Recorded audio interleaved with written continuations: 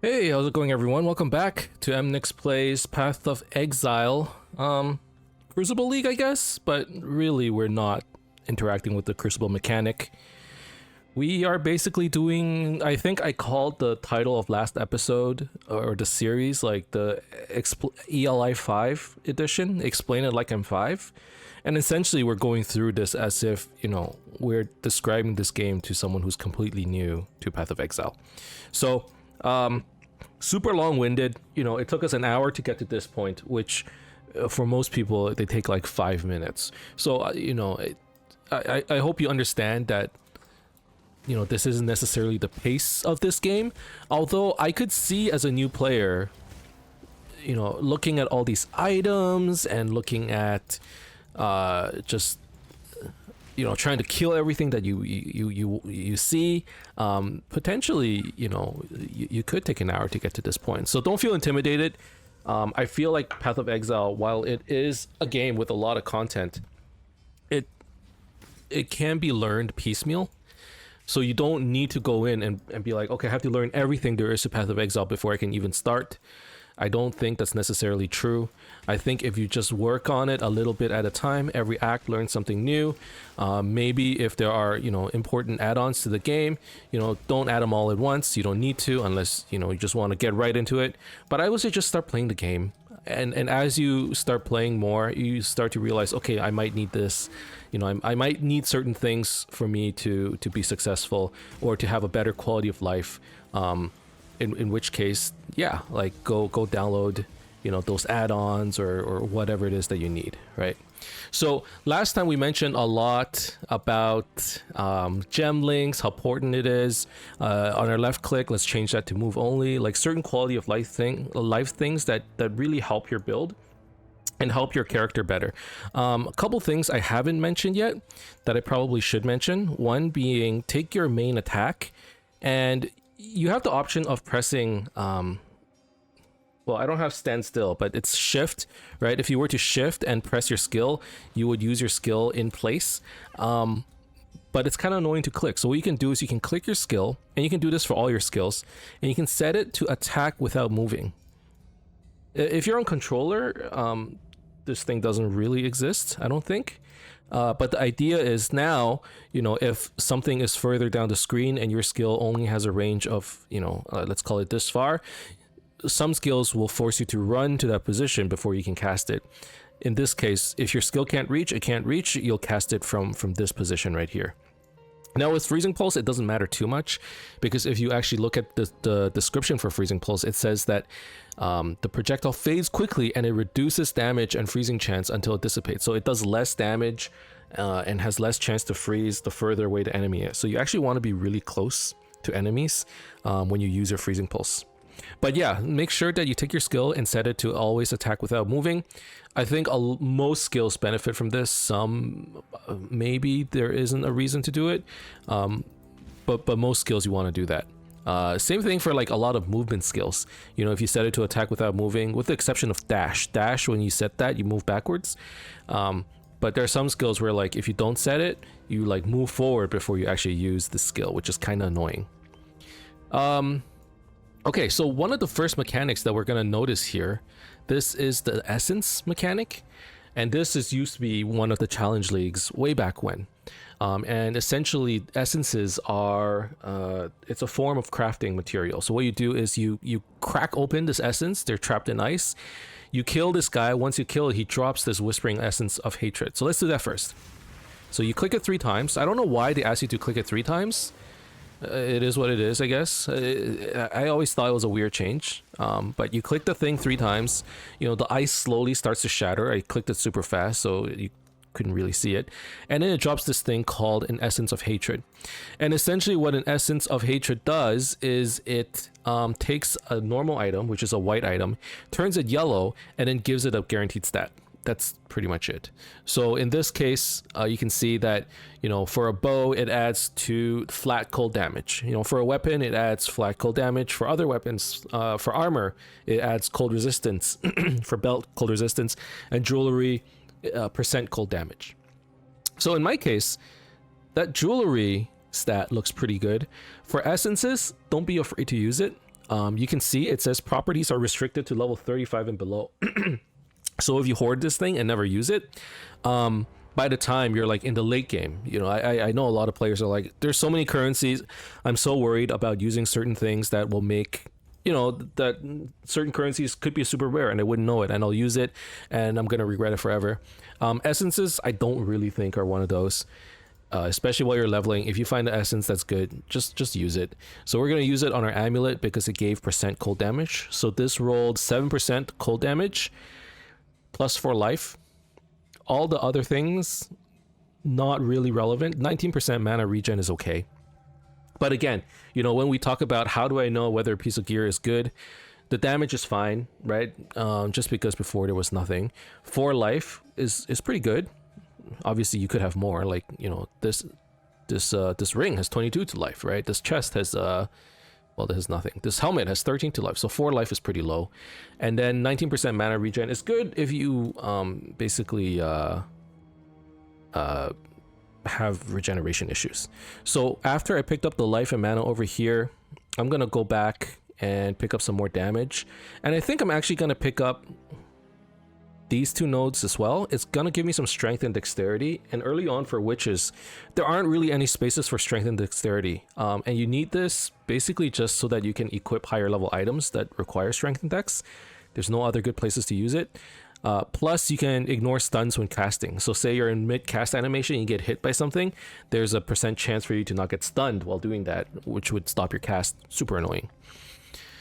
Okay, so that's essentially the essence mechanic. Basically, something is encased in ice, you hit it a bunch of times, or you click it 3 times, a rare monster shows up, potentially, and you know, sometimes you'll find essences where they'll drop 2 or 3 essences later on. The one that we just saw only drops 1 essence, and it's basically a crafting material that turns a white item into a rare item and gives you 1 guaranteed modifier. In terms of like items in this game, like how many modifiers can they have? Generally, white items don't have modifiers, aside from its implicit, right? So this one has an implicit modifier, which is 1 to 3. So it comes with all goat horn wands come with this stat, right? It rolls 1 to 2 to 3 to 4 fire damage. So there is like a range of rolls for these things. Blue items typically have 2 modifiers. It's called a prefix and a suffix. So if I have a blue one here, you can see if I hold Alt over this item, the prefix is the movement speed, the suffix is the lightning resistance, and then yellow items can have up to 6 modifiers, 3 prefixes, 3 suffixes. So this wand I just identified, it has 1 prefix, which is the physical damage, and then 3 suffixes, which is crit, multi, intelligence, and cold resistance. Now you look at this thing and you're like, hey, is this one any good compared to my other ones? Like, this one has no stats whatsoever. But I get the feeling this might not actually be better, because there's nothing on this wand, even though it has a lot of lines, there's nothing that actually affects my spell damage. There's no cold damage, there's no no spell damage, there's no flat spell damage. So if I were to like trade it out with this wand, for example, yeah, we actually do less DPS, right? If you look at the DPS on Freezing Pulse, the damage per second is actually less. So this doesn't actually give us much. It gives us more links, but I already have a 3 link, so I don't necessarily care about too much. And I've been thinking about the links that I want. Right now I have Freezing Pulse, Arcane Surge, and Added Lightning. I'm thinking blue, green might be better. I noticed there were some support or green support gems that looked pretty good. So I'm on the lookout right now for a blue, green piece of gear, anything with blue, green linked together, right? That's the important part. If I can find that, I will equip that. And even if it has worse stats, you probably come out with better damage. The links and the colors, those combinations, it's so important that sometimes I'll forego defenses or, you know, like a better weapon for those links. Typically I'll get it on like a helmet or something, and I'll try and keep getting better weapons, and I'll sacrifice some defenses, sacrifice some life, sacrifice some resistance for good sockets, right? But the idea is, you know, each link, each support gem that you can get, as long as you get the right correct support gems, they add just like so much damage that really you should be looking to get that. So Okay, this is the crucible mechanic. Honestly, I'm gonna skip it. I'm not too interested in doing this, and in like a week or two, it's gonna be gone anyways. And then another thing that you should actually look into is if you go into options, and then UI, you go into UI tab and you scroll down. There's something called like there's show full descriptions. Is that what it is? Yeah, show full descriptions. Just double check and make sure that this thing is checked. And basically what it means is... No, that's not it actually. Where is it? It might be gone now.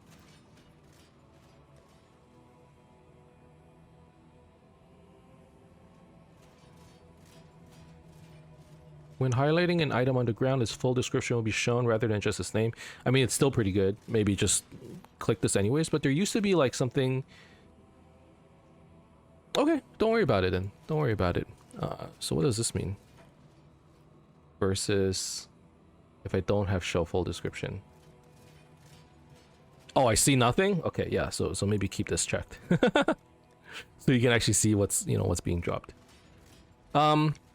Okay, so in the lower prison, there is something called a trial of ascendancy. You don't need to know too much about it. Basically, you have to complete these trials in order to get your ascendancy, which is like your subclass or your class specialization later on in the game. It's somewhere in Act 3. All you need to know right now is that there's 1 in Act 1, 2 in Act 2, 3 in Act 3. So if you ever get in a position where you're like, hey, do I have all of my trials completed, you know, to ascend? You know, there's 1 in Act 1, 2 in Act 2, 3 in Act 3. That's all you need to know for now. And it won't show you which acts they're in, but it'll actually say like, oh, you know, this is in Act 1. Oh, actually it does. Yes, it's just Act 1, Act 2, and then 3 in Act 3, right? And then once you have these completed in Act 3, you can go and ascend your character. I'm actually playing in the Crucible League. I meant to play in the solo self-found league where I haven't done anything, but I've done all those trials already. So if you complete those trials with your first character in the league, you don't need to do it again. Okay, so let's just keep going. We're going through the lower prison, and then eventually you'll find this area called the upper prison.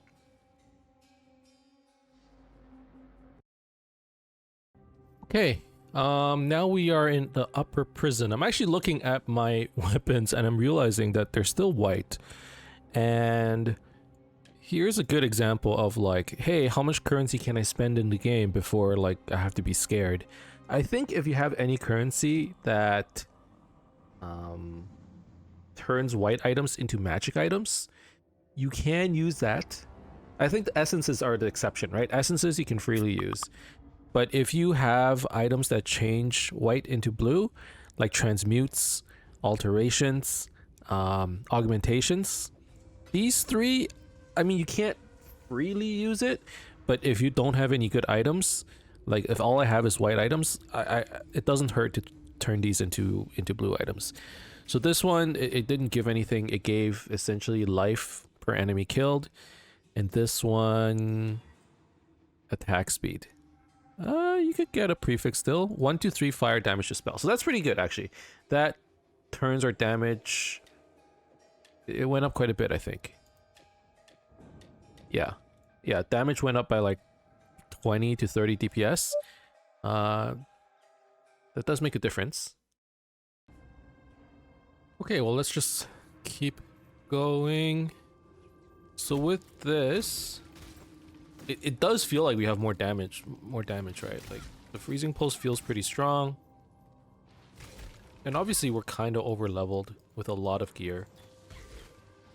But at this point, I feel like there should be enough knowledge, or you should have, you know, enough tools under your tool belt to basically complete Act 1.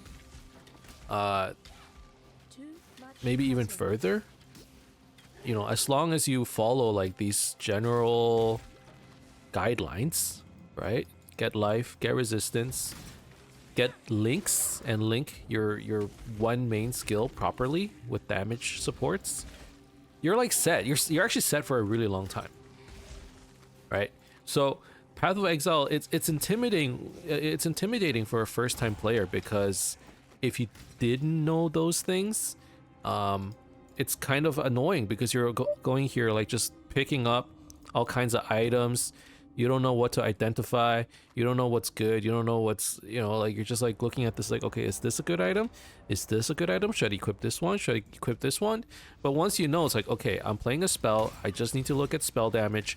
Flat spell damage is actually better than percent spell damage, at least early on.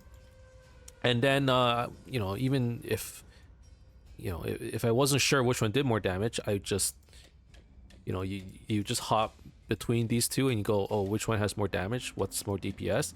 This one actually gives me a lot more DPS. So I'm going to go ahead and use that because it gives me double flat damage. So this is like a good example, right? This one has 1 to 3 to fire, 1 to 3 to cold, 2 spells, whereas this one just has 1 to 3 to spells, but it has 10% spell damage. Well, the double flat basically, you know, gives you 10 more DPS. So I'm going to go ahead and use that. We're gonna get some more cold damage here just because we're gonna spec into basically cold at the end of the day.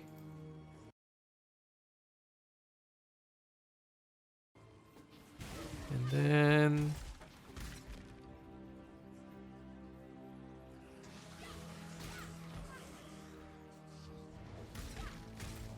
ooh, blue, green. So these gloves would be an example of something that I would equip even though it has no stats, right? So these gloves have blue, green. This one has life and resistance. These gloves are really good, but I want this for the support gem. So what I'm gonna do is I'm gonna have freezing pulse, added lightning, and then I'll support frost blink with arcane surge. And actually what I want to do is, and I guess Frostbomb was Arcane Surge too. I'm going to stop leveling Arcane Surge because you gain Arcane Surge when you spend mana. So when you spend 22 mana, you gain Arcane Surge. Frostblink currently costs 13 mana. So I have to use Frostblink twice to trigger Arcane Surge. And as it levels, it requires more and more mana spend, which would be hard because I don't think Frostblink scales mana that hard. So I'm going to go back to town really quick. Might as well sell some stuff. I sell these. Man, these gloves are good. Maybe I'll keep them around still.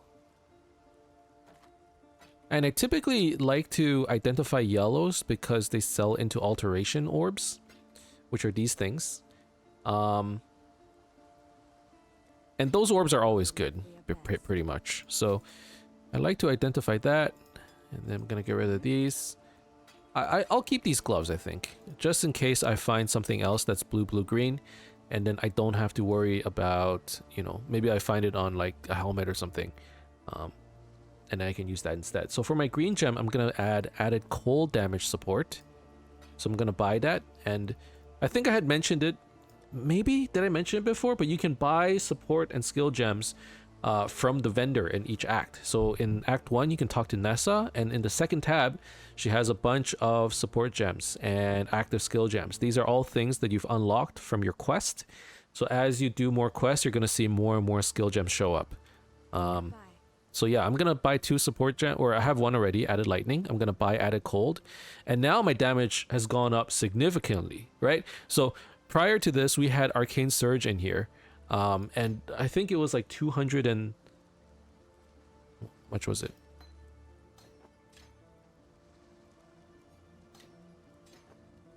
Our damage was 261, right? With Arcane Surge and added lightning. Now that we put it here, our damage is 336. So, you know, this is just a prime example of how important it is to put in the correct support gems. You get so much damage out of it. And now we're going to be cruising. Like, everything should be getting one-shotted, right? And it just feels really good.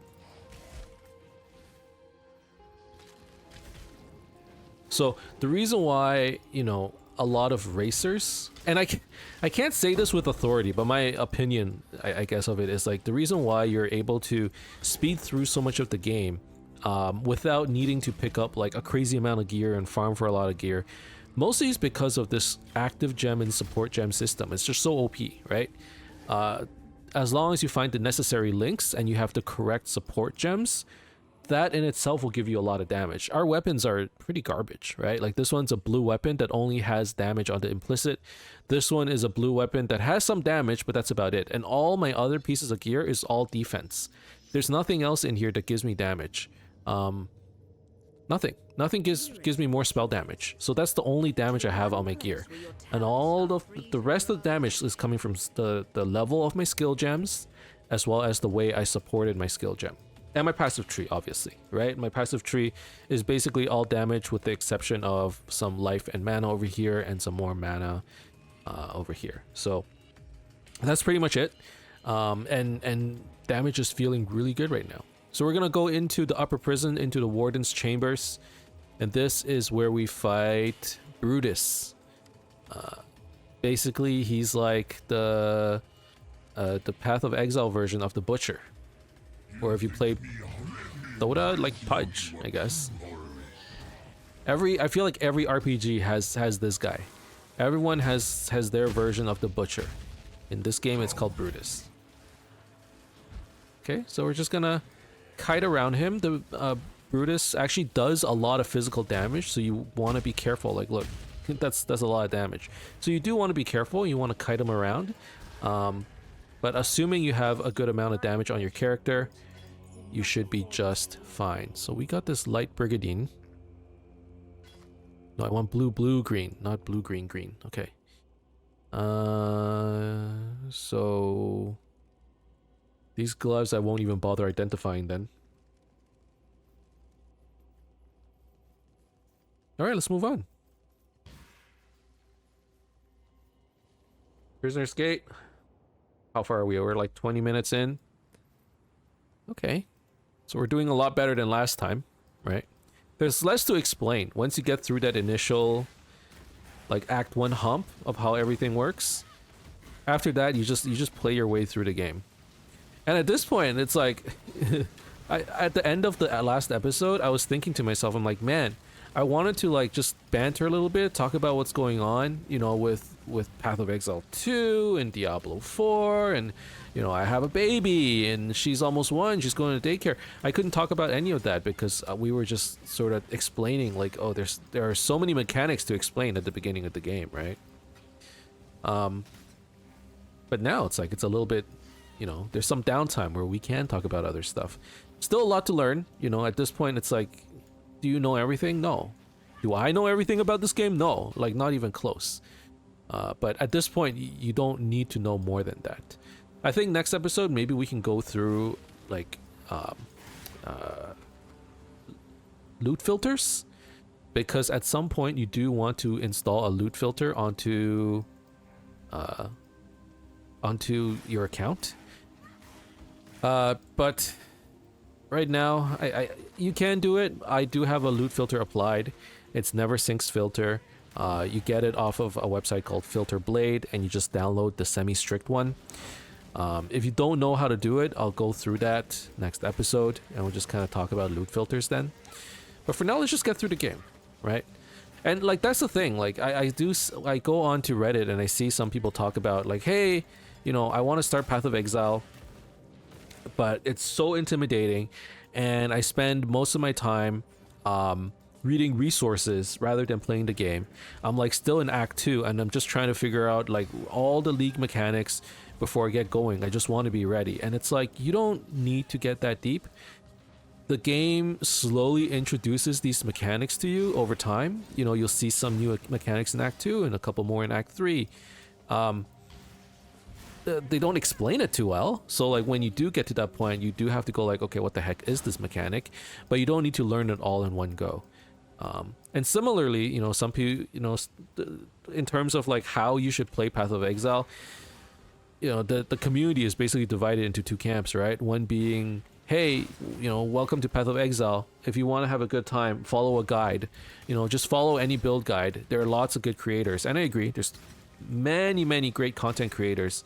And, you know, they create super optimized build guides. Your character is gonna go straight into the late game, and it's just gonna be a great time.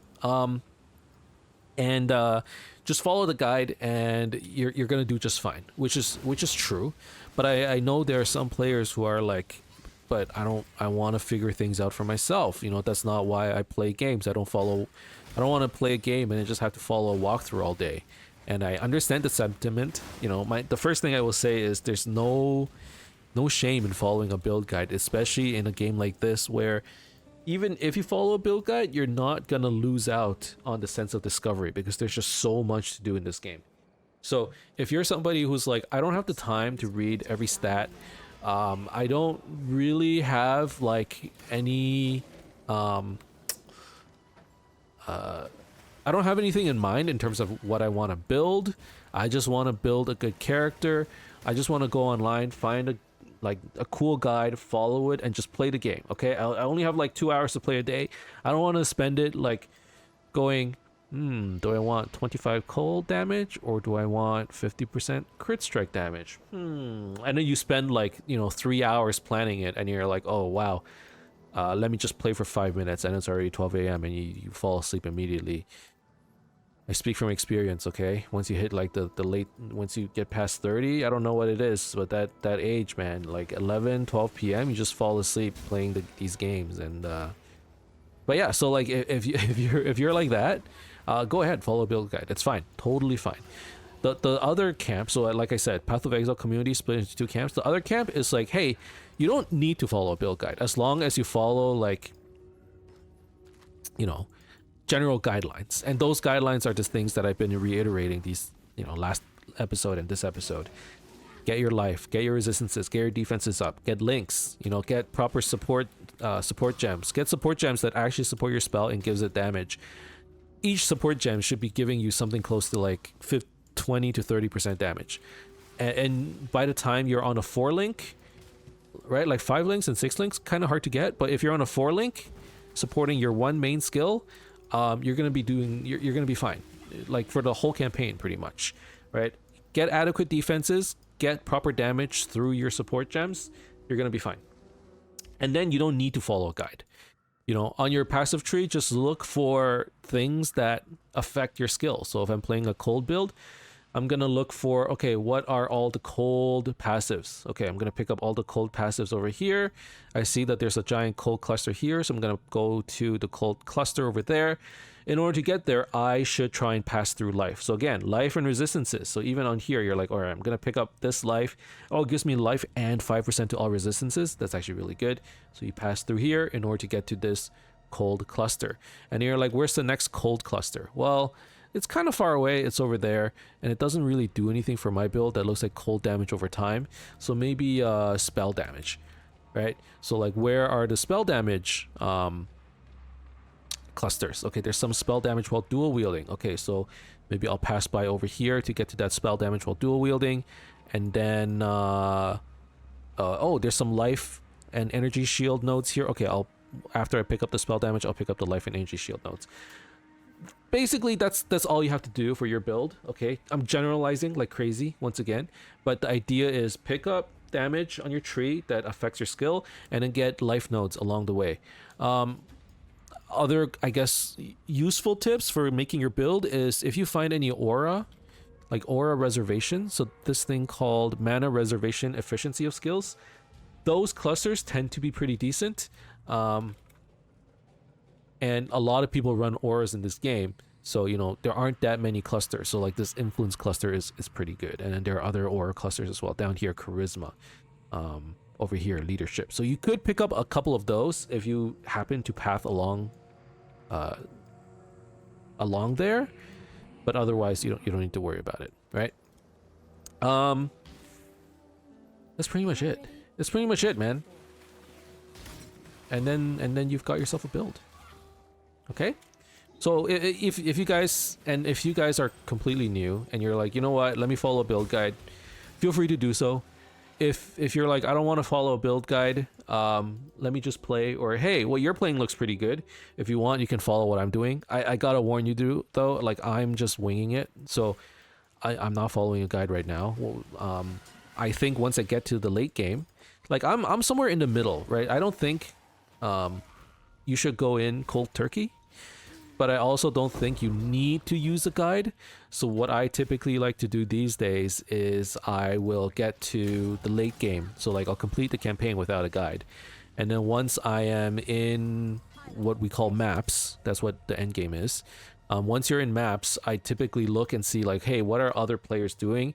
I take a look at their tree. Take a look at their gear, and I'm like, okay, I could try and do something like that. And I sort of copy their trees. Now, build guides is like a lot more optimized and a lot more concise. So they'll tell you like, hey, you're picking up these nodes for this reason. You want to pick up this node at this level. You want to pick up this kind of gear at level 35. You know, once you get to Act 4, you want to pick up these support gems. That'll help you a lot. Like, build guides are very, like, they're a lot more detailed. These content creators have put a whole lot more work into it. But I don't want to sit here reading a build guide. I just want to get into the game and play it, right? So even if I screw up, even if I play unoptimized builds, it never really bothered me. But at the same time, you know, I have never gotten super into the late game and defeated like the highest tier bosses. I just haven't. And part of that reason is because I don't necessarily have to optimize builds. And you know, if you really want to do like the really late end game content, you do have to have a somewhat optimized build in order to do that. And I rarely have it. It doesn't bother me though. I still have lots of fun in the game. I just like, you know, going into the zone, killing things, using my spells, going super fast, or sometimes not fast at all. But like, to me it's just really fun to just sit down, blow stuff up, and I have a great time doing it, right? So it really, depending on how you want to play this game, like that would determine how you approach this build guide thing, right? If you just want to take your time, it's going to take you a lot longer if you don't follow a build guide to get into the end game. And for some people that's okay, right? For some people, they're like, I'm going to follow this guide, I'm going to blast through the game in like 10 hours. Well, 10 hours is pretty fast, but you get the idea, right? I'm gonna blast through it, because I want to get to the meat of the content, which is at the very end. You know, a lot of people say, you know, the campaign is the tutorial. You hear that a lot, and well, I think that's like bit of exaggeration.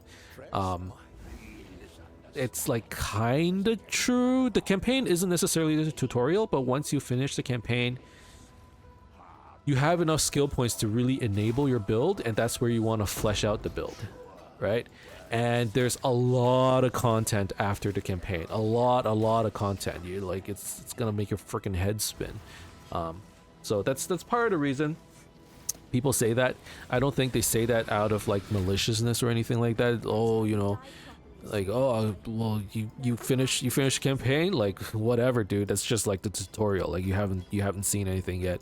It's more like, hey, you know, congratulations, you finished the campaign, you're about to see a lot of content, get ready, right? It's I feel like it's more that kind of sentiment. So no need to get intimidated either. While I was saying this, we completed an optional quest. We went to the ship graveyard, went into the ship graveyard cave, got the all flame, came back to ship graveyard, talked to Fairgraves, killed him, and he dropped this thing called, or well, he took my all flame. And then if you go over here, not here, but if you, okay, one second. So over here you get a book of skill for completing the all flame, but my inventory is full, so let me just sell everything I got here. Man, these gloves, I want to keep it. Let me ID these gloves. I want to keep these gloves. These gloves are so good. Life and like double resistance. But I need these sockets.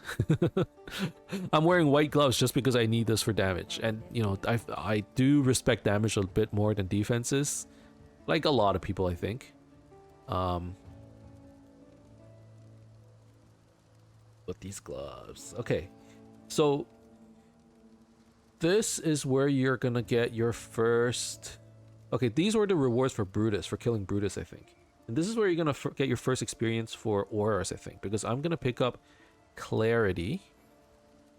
Farewell. Okay, and from Nessa, I'm gonna pick up.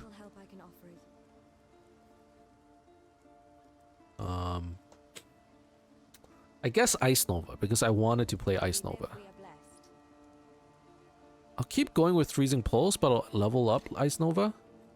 And then Clarity I can put over here. And then is there anything else I want? Now you're gonna see like a lot more skills, right? But when I showed you Nessa at the beginning of this episode, there wasn't as much stuff. Now you have like all these skills. Unfortunately, you know, you won't be able to buy everything here because they cost transmutes, and I only have 3 transmutes. You get transmutes from selling blue items and rare items, basically. So you, or you can pick them up too, obviously. But you know, you're not gonna have too many, so just don't waste it. You know, you can pick up a couple skills that you like. Again, just keep in mind, if you want to play with more skills, you have to keep them well supported. Otherwise, you're going to be low on damage. Okay, so auras. I just picked up the Clarity gem, and I'm going to bind it over here. Clarity gives you flat mana regeneration. So this aura gives me 4.4 mana regen per second, which is great. However, the way it works and how auras work is it reserves mana. So you can see I have 266 mana right now. When I allocate the Clarity aura, it reserves 48 mana. So that mana becomes unusable, and instead I have 218 mana. So as you level, your auras still reserve more and more mana.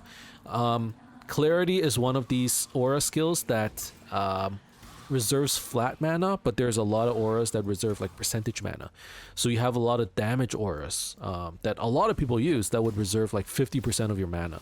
And obviously it's like, okay, I cannot stack auras because after 2 auras I'm at 100% mana reserved. Now I don't have any mana to use, which is also why I mentioned earlier that in your passive tree you can pick up some nodes that will reduce the amount of mana cost it costs to reserve. And hopefully it means you can, instead of only being able to reserve 100% of your mana, maybe you can reserve like 125%, right? And that's sort of the gist, the reason why you would pick up those nodes, to stack a couple more of the auras.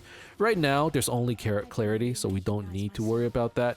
But later on, you're going to find you have like multiple damage auras that you want to equip, and you have multiple defensive auras that you're like, oh, these are cool as well. Let me just stack as many auras as I can. Uh-oh, I have no mana, right? So just keep that in mind. Right now we're just running Clarity. I think at some point I might even drop it, depending on... It basically depends on where we're at. Okay. I kind of wanted to pick up some AoE. And this is purely of my own volition here. Yeah. I'm going to pick up Area of Effect because I want to use Ice Nova, and you can kind of see Ice Nova doesn't have a huge area. I really like Freezing Pulse though. I've been leveling with it, and it feels so good, doesn't it? Is it just me? Feels like such a cool skill. Okay. I mean, it does more damage. Ice Nova is 117 DPS. Freezing Pulse is 371. I mean, that's because we have all of these support gems. What if I did this? 207. Okay, so Freezing Pulse does a lot of damage. Let's just stick with Freezing Pulse then, until I find a good reason to use Ice Nova. Okay, moving on to the next zone. So the boss of this act is who we're going to be facing next. At the end of this zone, it's going to be Merville. She does a lot of cold damage. If you find that you're having issues killing her, pick up some cold resistance. An easy way to do that is if you have any iron rings, and I can show you right here. You could sell an iron ring together with a blue skill gem. No, a green skill gem. So, you know, I pick up ethereal knives. If you sell these two... Oh, no, it is a blue skill gem. A blue skill gem and an iron ring. It gives you a sapphire ring, which gives you 28% to cold resistance. Honestly, my old ring was only giving me 3 life anyways. Everything else is not a useful mod. So I'll actually do that. So, you know, keep some of your iron rings around, basically just for this purpose. and then I'll hit it with a chance orb. So it upgrades a normal to a random rarity. It could be a blue, could be a yellow. We got yellow, we got lucky. It didn't actually give me anything I wanted. It didn't give me resistance. It didn't give me life. It gives me 10 int, which is not that useful. But whatever. It's, you know, that's part of the RNG of this game, right? We also got an essence. Damage penetrates cold resistance.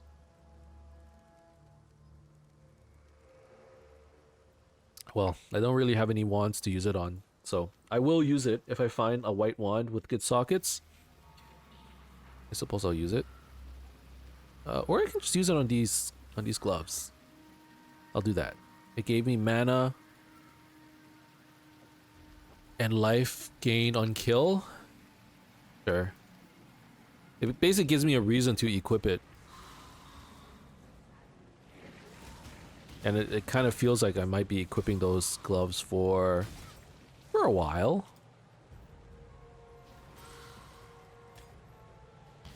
Alright. Let's keep going here. So yeah, I've been playing, like, I played the first season, well, the first season of Diablo 4 came out, what, somewhat recently, right? And I didn't play as much of season 1, but when the game first released, I played a lot of it. To the point where I felt like I kind of burned out. I don't know if this was a problem for anyone else, okay? Maybe it's just like a me thing. Oh, let's use this life belt. But I had an issue where I would just spontaneously fall asleep while playing Diablo 4. I was playing in a party with a friend, and while we were fighting the final boss of the game, I literally fell asleep. I held the left click button and I just randomly, I was occasionally clicking the right click button. I closed my eyes and I fell asleep. I don't know what it is with that game. I'm actually not like complaining. I'm not hating. I fell asleep. Was I bored? No, I played like over 100 hours of that game. Like, I had fun playing it, but I couldn't keep my eyes open playing D4. I don't know. Well, is it a me issue? I don't know what it was, but you know, I never had a problem like that in Path of Exile. Let me tell you. You know, sometimes if I'm playing in bed, you know, on my Steam Deck, which I do quite often, and it's getting late, you know, if I haven't been getting enough sleep, like, yeah, even in Path of Exile, I'll fall asleep. But Diablo was just like all the time. And while I was playing Season 1 of Diablo 4, I was like level, I couldn't make it like past the level. I was like level 15. It doesn't take a very long time to like, to level up, right? But like 10 minutes in, I'm running a dungeon and I would fall asleep. There's something about D4 that's like a little too repetitive. Part of it is like you don't do enough damage, so you're over here just like attack, and you're holding the button, just like whittling this guy down. He's a damage sponge. You can close your eyes and you're so tanky that you're not gonna die, but he's not gonna die either, so you're just like this, right? Like if this was the game and I had to do this for 20 seconds to kill the guy, maybe, I don't know, maybe in Path of Exile 2 I would fall asleep as well. I was telling my friends, they're like, I don't know, maybe it's a you problem, and maybe it is. Maybe it's like, maybe I need to go see a doctor, but I wasn't able to. I wasn't able to play the game, man. And then I saw the trailer for PoE 2 and everything that happened with ExileCon, and I'm like, you know what? I'm not gonna stick around and play a game that just like puts me to sleep every time. Let's go play some more PoE. The league is coming out soon. I'm super excited. I'm super excited. I don't think you understand just how like hyped I am. Oh my god, this helmet is amazing. 15 life, a whole bunch of resistance. What's my current helmet? Yeah, that's an upgrade. That's just a straight upgrade.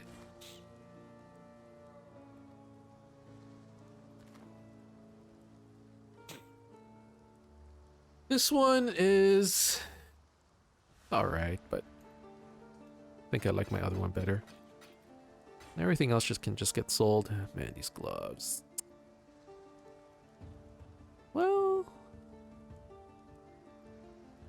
Well, it's 3 linked with blue. Relinked with blue is kind of nice, but I'm sure I'll find another one. It's fine. Hello. Okay, now we're in Act 2. Goodbye. Let's give ourselves a pat in the back. Let's get ourselves into the Southern Forest. And if you're underleveled for whatever reason, there really shouldn't be a reason for you to be underleveled unless you've been speeding through the game. And if you've been speeding through the game and you're like, you have good damage, you have good defenses, like, you don't need my advice. You're doing just fine, right? Like, if you get to this point and you're lower leveled in this zone, you're doing just fine, man. But if you are underleveled for whatever reason, the Southern Forest is actually a pretty decent place to farm for a couple levels. The density is pretty good. You know, lots of monkeys, lots of mobs to kill. They tend to group up, they tend to chase you, which means they'll group up quite often. Ow. But yeah, this would be a good place for you to pick up a couple levels if you need to. Obviously, that's not the case for me. I am actually over leveled. And as such, I'm pretty much just gonna kill the boss in the area, and then we'll go on to the next zone. Greater Life Flask, I already have those. I can check out this, ooh, I can check out this wand. It's blue, blue, green. This might be better. This one is 1 to 3 flat damage. This one is 2 to 4. Yeah, that actually raises my DPS.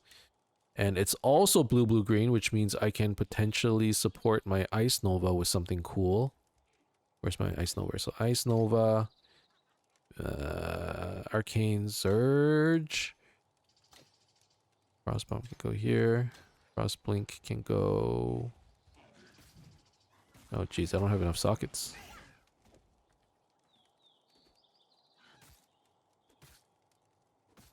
We'll drop Frostbomb for a bit. Ooh, we got move speed. There's my blue.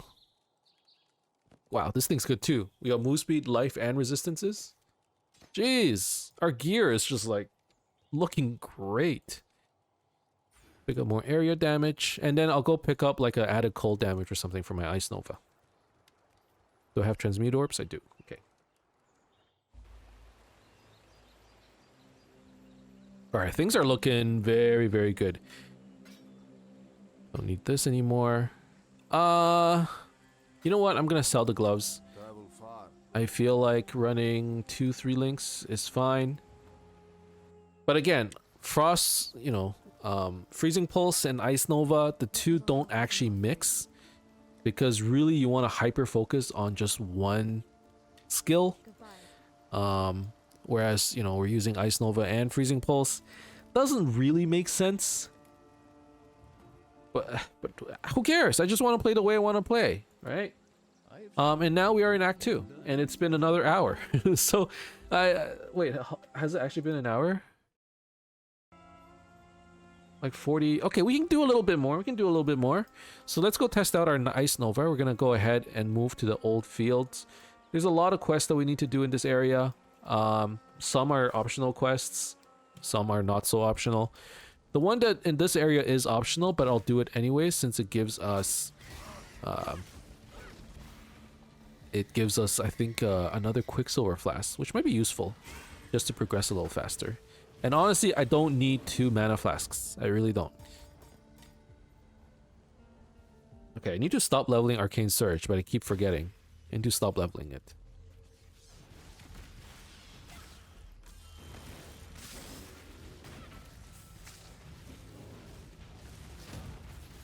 Ice Nova has better coverage, though. Whew.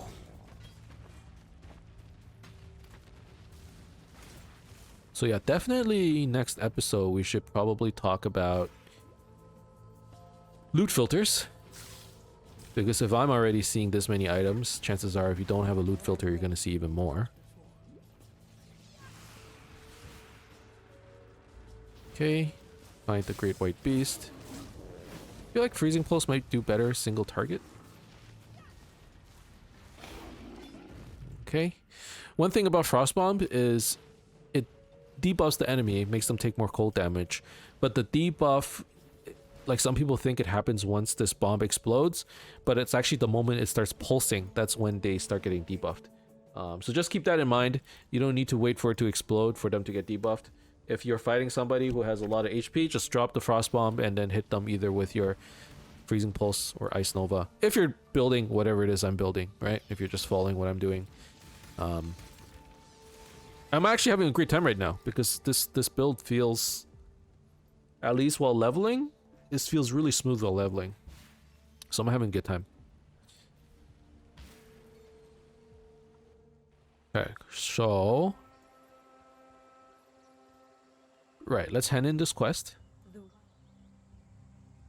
Okay, yeah, so he gives a quicksilver or a bismuth flask. A quicksilver is nice. Gives you 2 flasks so you could, alternate between them. Give yourself some more movement speed while you're progressing. Bismuth flask is nice too because it gives 35 to all elemental resistances. So if you're finding yourself in a position where you don't feel that tanky, you could slot this in and use this for elemental resistances, especially if you have really, really crappy gear. I don't think I'm gonna have a resistance issue personally, so I'm gonna pick up the quicksilver flask, but that might actually be a personal decision. So if you want to pick it up, feel free to do so. I think. All right, everything else is getting sold.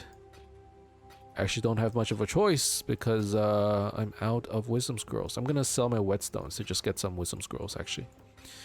So the whetstones give you, I think, like 2 to 4 wisdom scrolls, and then the armor scraps give you 2. So whetstone gives you 4, scraps give you 2, something like that.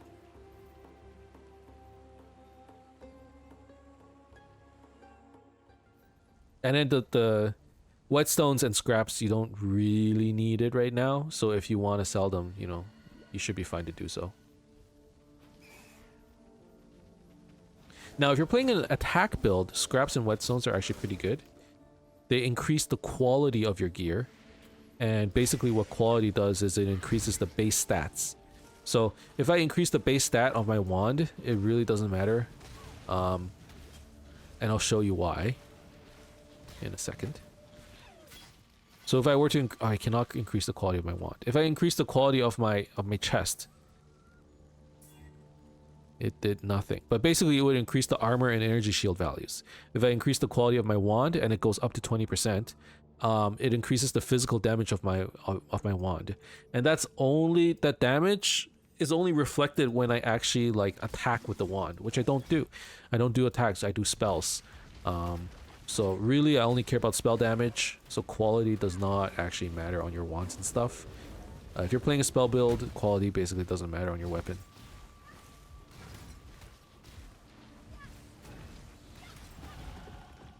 And it's funny because once we get into the late game, it's like, oh, everything changes. Like quality now kind of matters because sometimes quality doesn't actually affect the base damage of your weapon. You can change it so that quality affects like AoE or something, but we're not there yet. So it's kind of like you're in math class right now and you're learning algebra and they're like, yeah, so like the slope of a line, mx plus b. And then you get into like linear algebra and you get into like later stages of algebra. They're like, oh no, forget everything you learned. It's ax plus by or plus c, whatever, right? Like I forgot all my math, but the idea is like first you learn the really basics and then you get to the next grade of mathematics or whatever, and they're like, okay, forget everything you learned. Well, retain some things, but things are changing.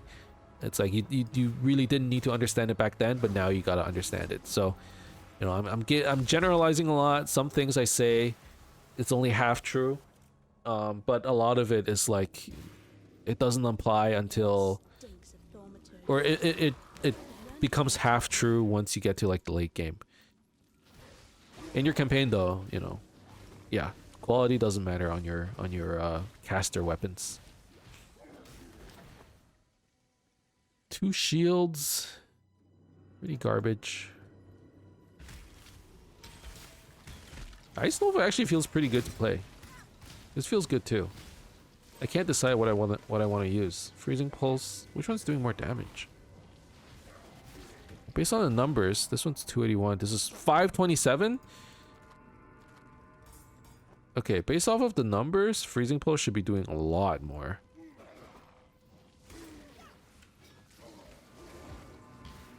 But when I'm surrounded by like packs, Ice Nova feels better.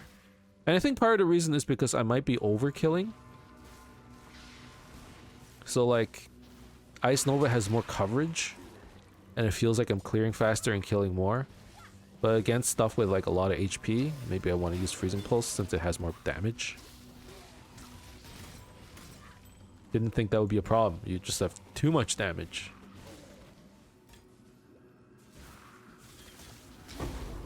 Ooh, got a Chaos Orb. Okay, this is one of those orbs that you don't actually want to spend. So this is something you want to hoard, okay? If you find orbs that changes rare items. So this one, it reforges rare item with new random modifiers. Same with the Alchemy Shard. Eventually becomes an Alchemy Orb. Do not use those just yet. Those are a little bit more rare and really should be used probably when you finish the campaign or in their later stages where you have just like really good rares and you can't find a decent upgrade. Yeah, don't use your Chaos Orbs, don't use your Alch Orbs, do not use your Regal Orbs. But anything that turns an item blue or changes the blue item, with the exception of Regal. Regal turns a blue item into a yellow, but everything else, it's fair game. You know, there are some items that like recolor your sockets, some items that like re-roll your sockets altogether, and hopefully you can get 5 or 6. Don't try to roll for a 5 or 6 socket. It's a little hard to do. 5 sockets typically cost like 150 of those orbs. 6 sockets cost like 400? Anyways, it costs a lot. And then if you want to link it, if you want a 6 link, it costs like 1500 orbs. So 5 and 6 linking is not easy to do. But if you're just trying to get like a 3 socket or a 4 socket and you're trying to link it, you should be fine to use those currencies. Or if you need to recolor, like this piece of gear is really good, I think, but it doesn't have the right colors. You know, you can try and recolor it using these chromatic orbs. Reforges the color of sockets. Basically just re-rolls all the colors, and you just have to pray that you hit the right one. Okay, let's go up, pick up the damage, pick up the life, and then we'll go to that cold cluster. I think that's gonna be the plan.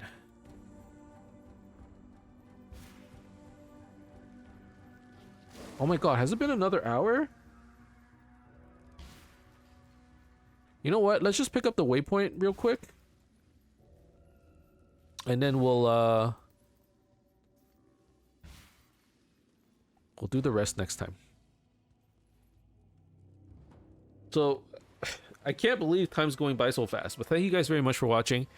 Hope you enjoyed this episode. If you did, as always, you can leave a like and subscribe to my channel for more updates in the future. Otherwise, keep in touch, guys. I'll see you guys next time.